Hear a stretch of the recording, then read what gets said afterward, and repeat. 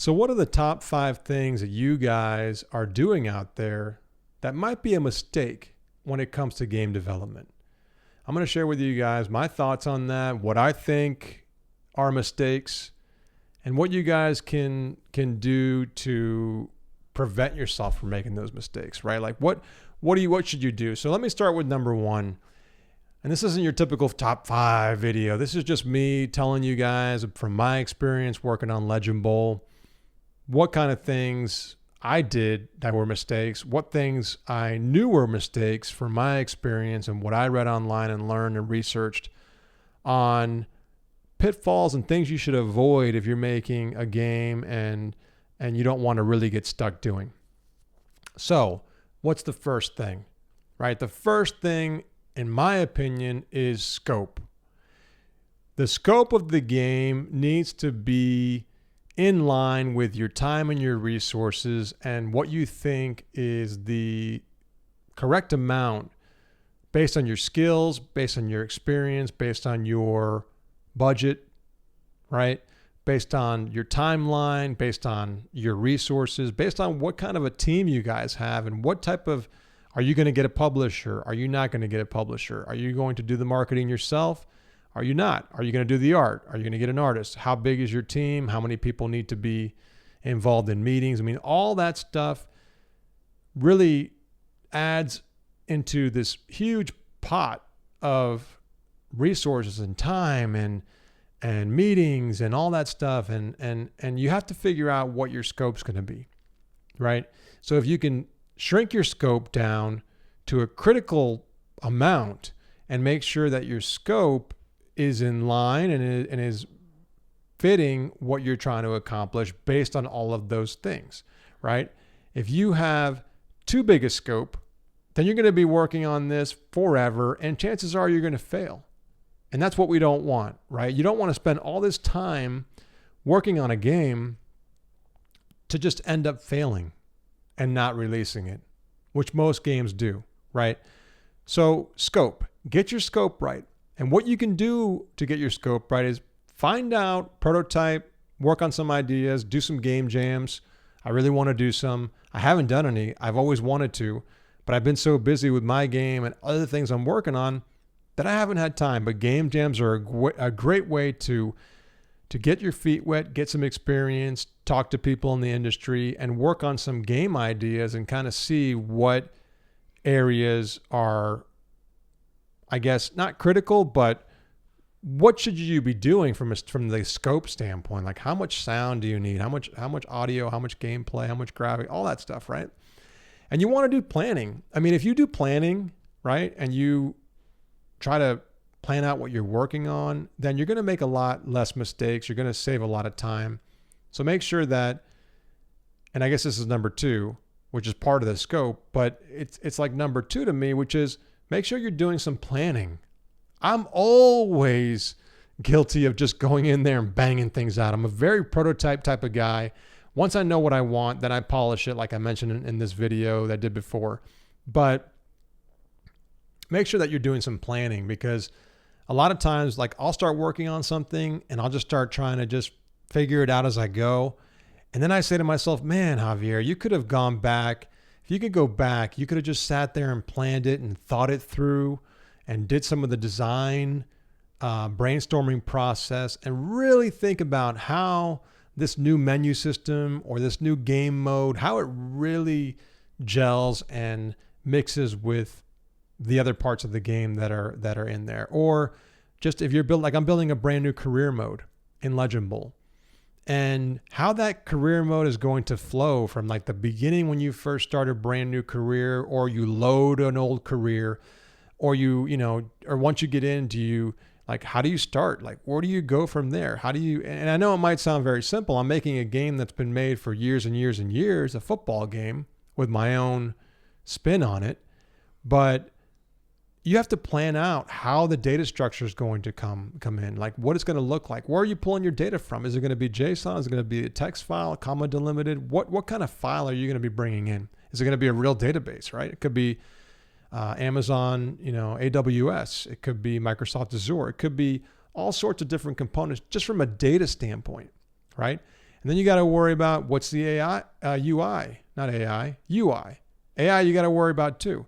But what's the UI flow going to look like? Are you going to go from start a new career to straight into the first game? Are you going to go to the draft? I mean, what are you going to do? And I'm having to think about those things, not only from a design standpoint, like as an end user and like a story type of mode feeling, but also how does the actual code get structured and how are you going to put together all these pieces? And if you don't design it and you don't spend that quality time writing down on a piece of paper, or I have my whiteboard over here, if you're not going to do those things, and you're probably going to cost yourself a lot of time. So number one is polish, and number two is plan, right? So that's the second thing. The third thing I think is a mistake that a lot of developers make is they don't make a decision. Like they're always jumping around from one project to the next project to the next project. And believe me, there have been many times, and I guess this comes down to number three would be finishing your game. If you do all the right prototyping in the beginning and you finally pick a game that you think you have the passion for, you think you have the drive to work on it, whatever the reason is that you think you want to choose that game, and you've picked the proper scope and you've designed it the right way, well, you're going to finish the game if you have the dedication and determination to get that game done. And I've done videos about this before, right? But at the same time, you want to be able to finish the game and you don't want to be distracted by another game. I mean, you guys don't know how many times I've wanted to jump off of Legend Bowl to work on a different game because it gets old. It gets very, very, very tiresome. You're sitting there working on a game for hours upon hours and days and months, and you're just like, man, what the hell am I doing? Right? I always tell you guys that. Like, what am I doing? I don't know what I'm doing half the time, But the thing is that you always see an attractive game idea or some other game that you follow, and you're like, man, I could make that game. I want to work on that game. I worked on Alien X, and I haven't released it. It's just sitting on the shelf. And I could have saved that time, although I did learn some things. And that's kind of a double-edged sword. I mean, I learned a lot from making Alien X. I worked on, it's a mobile game too. So I never did mobile before in Game Maker Studio. So that right there was a learning lesson within itself. And so you always pick up, I guess, skills, right? But what is your goal, right? Are you looking to release a game or not? And if you are, which I am with Legend Bowl, I can't keep jumping around to the next best project. I have other ideas that I want to work on. I have other games that I want to work on, but I can't just continue to jump around. It's not going to make sense. It's not going to work, or I won't get it done. At least not in this lifetime. So the third one I would say is finish your game and don't get distracted by other ideas. Unless you think that your idea is just not going to work and you've hit some major epiphany and you're like, man, this is not going to work, then maybe you might want to, pivot and do something different. But if you think that if you did the right research to begin with and nothing outside of your control has changed in the industry or the hardware, technology, or nothing like that, anything like that, then I say you finish your game. But sometimes you got to cut your ties and move on. I mean, there's times where you might need to do that.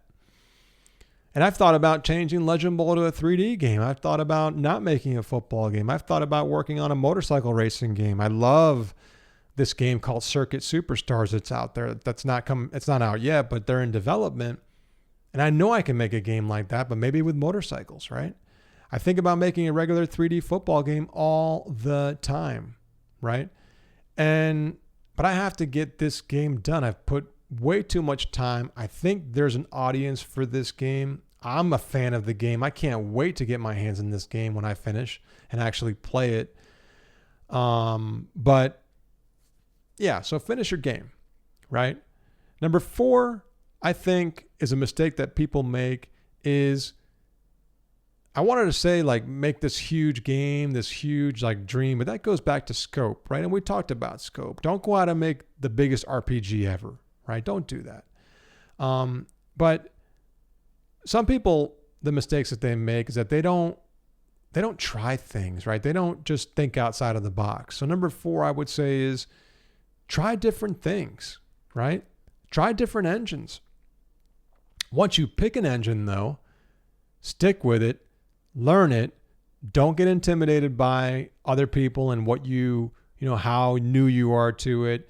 I looked at Unreal, I looked at Unity, I looked at Game Maker Studio. I chose Game Maker Studio 2 because I felt like for the 2D game that I was making, it just made the most sense. The game engine was built for 2D games, and the community is really great as well. So I hired a contractor to help me with some of the early stages of the game. I ended up scratching all of it, by the way, because he bailed on me, and I ended up I redid it all from scratch. I learned a lot by the time he bailed. I took some time off. I came back to the game, and I took everything that I learned, and I said, wait a second, let me just put my own taste and touch to it. And I have what I have now, which is a much better design and data structure and code structure than I had before. But my point is that try things and don't be intimidated to talk to the community, ask for help, and get out there, right? Talk to the people you have to talk to, learn as much as you can, but pace yourself. Things don't happen overnight. I've been doing this for almost 3 years now, full time, it feels like. Yeah, almost like 2.5 years full time on and off. But I was doing things before as a hobby on the side, at night, weekends, for years. And it's taken me a long, long time to become proficient with the game engine that I'm working on, which is Game Maker Studio 2. So I guess the point here is don't make the mistake of hiring just a coder or never learning it because you don't know how to code, or not trying art. I've done a lot of art in Legend Bowl that I didn't think I would do because I'm not great at art, but I've had to go through all the sprites and cut them all up and change some pieces and parts, make some art for different areas of the game. And I'm like, man, I never thought I could do that. And I had to learn, and I did it, right? So stick to certain things, try things, but don't give up on them. Once you pick something, stick with them and keep moving. And maybe you'll get to a point where you can feel like you've actually accomplished something, okay? And the 5th, I'm going to do 5, okay? And the 5th one that I want to make sure you guys remember is that this is a business, okay? This is not, unless you're doing it for fun, which if you are, then you can scratch what I'm telling you here. But if you're making money or trying to make money on this, then make sure that you treat it like a business. You're going to need to spend time marketing your game, which is why I'm probably doing these videos, to be honest with you. I want people to know about me. I want them to get some kind of feed into my game, into what I'm working on. And I might be doing some Twitch streams too for development. So do some marketing. Spend some money on the marketing. Buy yourself a camera. Buy some things. You're going to have to spend some money. It's a business. You're going to have to invest in the business. And if you don't have the money, then try to find different ways to use your phone or do different things to get yourself out there and get your game noticed, right? So remember, it's a business. And in order to get the business off the ground, you have to treat it like a business. You have to do some social media. You have to maybe go to some conventions. Throw yourself out there and do some speeches and do, some presentations if you can. I haven't done any yet, but I'd love to down the road. Maybe go to a conference like GDC or PAX East or something like that, where I can give a speech on what I've done with my game and my experience. So, or get a publisher. You can if you don't have the time or you don't have the know-how, then go find a reputable publisher. I would check out a few, but find someone who knows what they're doing and get the game to be treated like a business, because at the end of the day, if you don't, then you're going to just get swallowed up by the competition. Your game's never going to get noticed, and you're just going to you might make a great game, but nobody will ever know about it. So don't make the mistake of not treating it like a business. Make sure you do that. Spend some time learning what that means. Get a publisher if you need one, and put in some of that work. It's not going to be just coding or the art or the sound. Get yourself well acquainted and well informed when it comes to the business. So those are the 5 things. I'm going to try to remember what I said. Polish, right? 'Cause I'm just thinking off the dome here from my experience. And I've said dome before. I don't know why I'm saying it again. Polish, right? Make sure you do the polish. Make sure you do planning. I know planning is one of them, right? Make sure that you treat it like a business, okay? Make sure that you try things and you don't make the mistake of not trying different things and sticking to things, and making sure that you're doing those things. And what's the fifth one? I don't know. You guys heard the video. It's all in there. I'm not trying to be this guru when it comes to game development, but I can tell you guys that I've been doing it for a while. I've been doing software development for a very, very long time in my career, managing people, managing projects, doing the actual coding, working on databases, networks, servers, all sorts of things when it comes to IT. And I think I know what I'm talking about in a lot of areas. So take what you want from this. I hope it helps you guys out. I'm going to be doing more of these videos. If you guys enjoy the content, consider subscribing. Hit that like button if you like to. If you don't, that's fine too. I'm trying to grow my channel, and I'm trying to bring you guys along. So stay tuned for the next video, and we will see you next time. Peace, y'all.